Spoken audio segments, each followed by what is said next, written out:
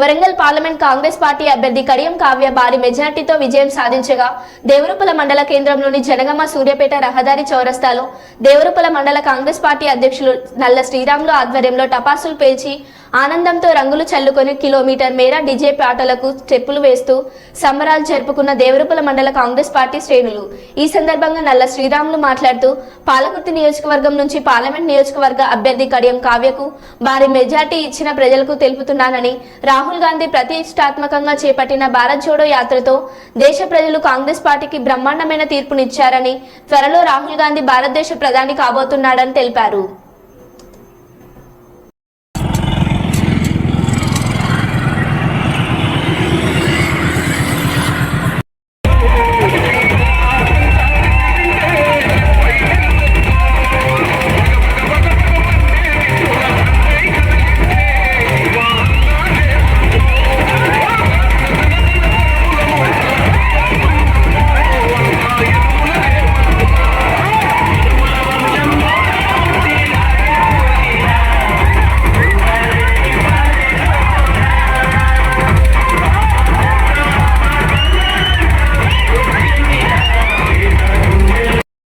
నమ్మకంతో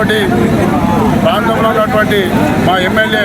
యశస్విని రెడ్డి గారి దూకుడును, అదేవిధంగా మా యొక్క నాయకురాలి ప్రోత్సాహం ఝాన్సీ రెడ్డి గారి ప్రోత్సాహంతో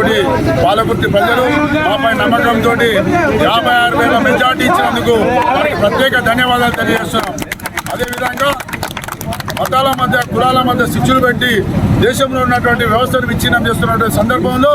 మా రాహుల్ గాంధీ అయినటువంటి మా కాంగ్రెస్ పార్టీ అధినేత వారు భారత్ జోడో అనే ఒక కార్యక్రమాన్ని చేపట్టి